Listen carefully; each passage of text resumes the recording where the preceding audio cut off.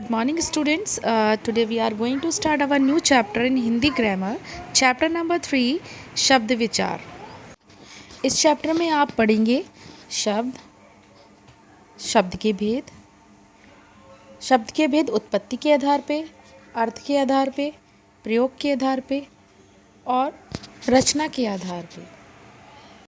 चलिए अब समझते हैं कि शब्द क्या हैं। शब्द की परिभाषा क्या है, शब्द के भेद क्या हैं। देखिए शब्द क्या होता है, दो या दो से अधिक वर्णों के सार्थक मेल को हम शब्द कहते हैं। दो या दो से अधिक वर्ण यानी कि हम कई सारे वर्ण मिला करके उनको एक निश्चित क्रम में रखकर शब्द बना सकते हैं। जैसे क, म, ला, ये तीन वर्ण मिला के कमल शब्द बन गया।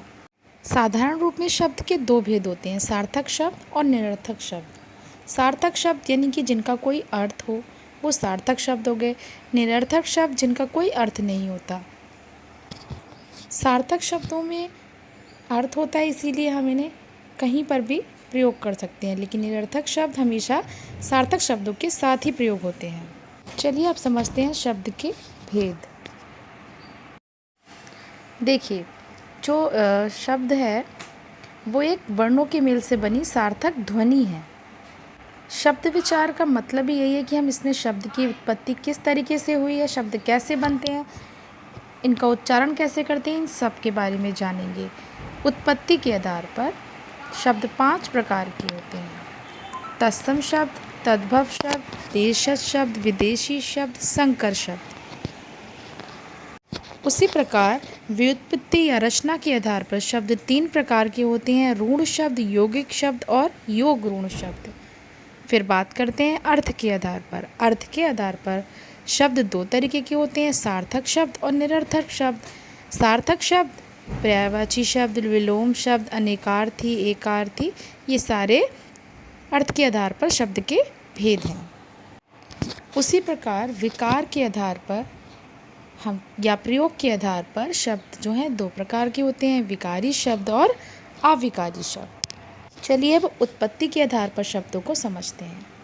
तत्सम, तद्भव, देशज, विशेषज और संकर शब्द। तत्सम शब्द वो शब्द होती हैं जो संस्कृत भाषा के से ऐसे ही बिना किसी परिवर्तन के ले लिए गए हैं।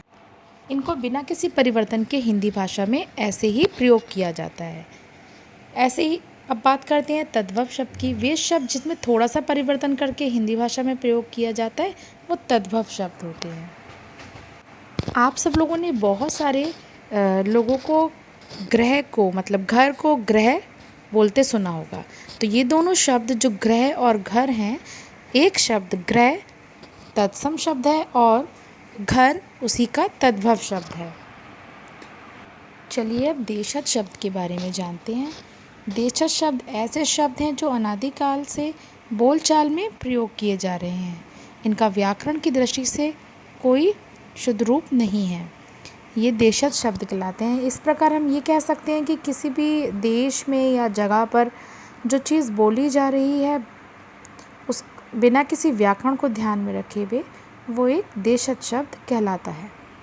विदेशी शब्द वो शब्द हैं जो विदेशी भाषाओं यानी विशेषकर फ़ारसी, अरबी, तुर्की, पुर्तगाली, फ्रांसीसी आदि के शब्द आम प्रचलन में आ गए हैं हमारी हिंदी भाषा में।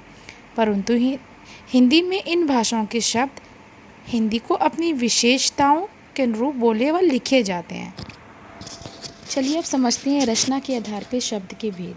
रचना के आधार पर शब्द के 3 भेद हैं, रूढ़ शब्द, यौगिक शब्द और योगरूढ़ शब्द। रूढ़ शब्द जिन शब्दों के खंडों का कोई अर्थ ना हो वे रूढ़ कहलाते हैं। जैसे कमल शब्द का अर्थ तो जलज है परंतु इसके खंड क, म, ल का कोई अर्थ नहीं, यानी क और म और ला इन तीनों को अलग अलग कर दिया जाए तो इनका कोई अर्थ नहीं है। आप समझते हैं यौगिक शब्द। यौगिक शब्द जो दूसरे शब्दों के योग से बनता है वो यौगिक शब्द कहलाता है। जैसे कि पाठशाला शब्द पाठ और शाला 2 शब्दों से मिलके बना है। इस प्रकार हम कह सकते हैं कि पाठशाला यौगिक शब्द है। अब बात करते हैं नेक्स्ट शब्द विद्यालय। विद्या प्लस आलय ये 2 शब्दों से मिलके बना है। विद्या यानी इस विद्या शब्द का भी अपना कोई अर्थ है और आलय शब्द का भी, आलय मतलब घर। तो इस प्रकार इन दोनों शब्दों का अपना अपना कोई अर्थ है।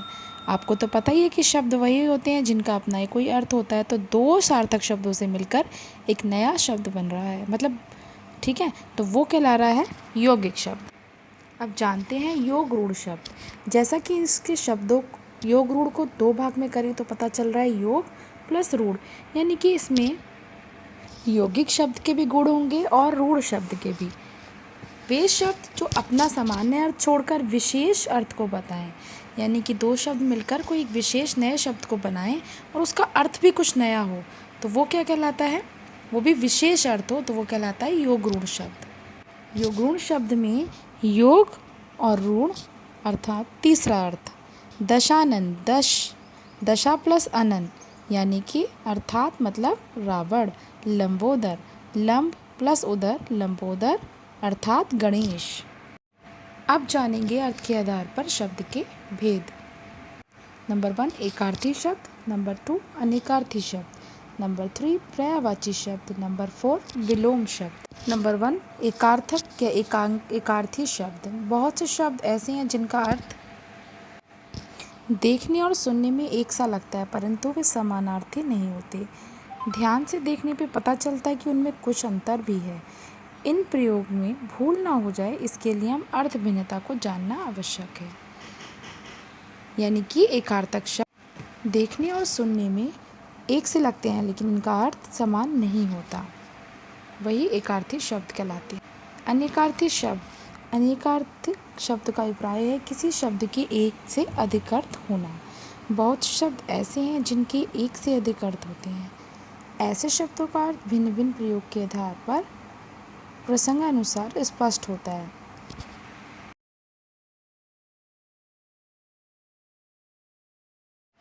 विलोम शब्द। जिन शब्दों में अपने निश्चित अर्थ होते हैं, उन अर्थों के विपरीत अर्थ देने वाले शब्द विपरीत अर्थक शब्द कहलाते हैं, या फिर इन्हें विलोम शब्द भी कहते हैं। एक प्रकार के ये उल्टा अर्थ देते हैं किसी भी सामान्य शब्द का। पर्यायवाची शब्द। किसी शब्द विशेष के लिए प्रयुक्त समानार्थक शब्दों को पर्यायवाची शब्द कहते हैं। चलिए अब समझते हैं प्रयोग के आधार पर शब्दों का वर्गीकरण। प्रयोग के आधार पर शब्द दो प्रकार के होते हैं, विकारी शब्द और अविकारी शब्द। विकारी शब्द जिन शब्दों का रूप परिवर्तन होता रहता है वे विकारी शब्द। विकार मतलब परिवर्तन होना। जिन शब्दों में काल, कर्म, वचन, लिंग के आधार पर प्रयोग में अर्थ बदल जाए वही विकारी शब्द होते हैं। जैसे कुत्ता, कुत्ते, कुत्तों, मैं, मुझे, हमें, खाता, खाती। इसमें संज्ञा, सर्वनाम, विशेषण और क्रिया ये चारों के चारों विकारी शब्द होते हैं। अविकारी शब्द जिन शब्दों के रूप में काल, कर्म, वचन, क्रिया, लिंग के आधार पर परिवर्तन नहीं होता वे अविकारी शब्द होते हैं। जैसे यहाँ, किंतु, नित्य, और, हे, अरे आदि। इसमें क्रिया विशेषण, संबंध बोधक, समुच्चय बोधक और विस्मय आदि बोधक शब्द आते हैं। चलिए जो अब तक पढ़ा है उसे दोहराते हैं। वर्णों के सार्थक मेल को शब्द कहते हैं। प्रत्येक शब्द का कोई ना कोई अर्थ होता है। उत्पत्ति या स्रोत के आधार पर शब्दों को 5 भाग में बांटते हैं, तत्सम, तद्वपदेशज, विदेशी और संकर। रचना के आधार पर शब्द के भेद 3 हैं, रूढ़, यौगिक और योग रूढ़ शब्द। अर्थ के आधार पर शब्दों के 4 भेद हैं, एकार्थी शब्द, अनेकार्थी शब्द, पर्यायवाची शब्द, विलोम शब्द। प्रयोग के आधार पर भी 2 भेद हैं, विकारी और अविकारी शब्द। संज्ञा, सर्वनाम, विशेषण और क्रिया ये चारों के चारों विकारी शब्द हैं, जबकि क्रिया विशेषण, संबंध बोधक, समुच्चय बोधक और विस्मय आदि बोधक अविकारी शब्द होते हैं। आई होप चैप्टर आपकी समझ में आया होगा। इस वीडियो को बार बार देखिए इस चैप्टर को अच्छे से समझने के लिए। Thanks for watching.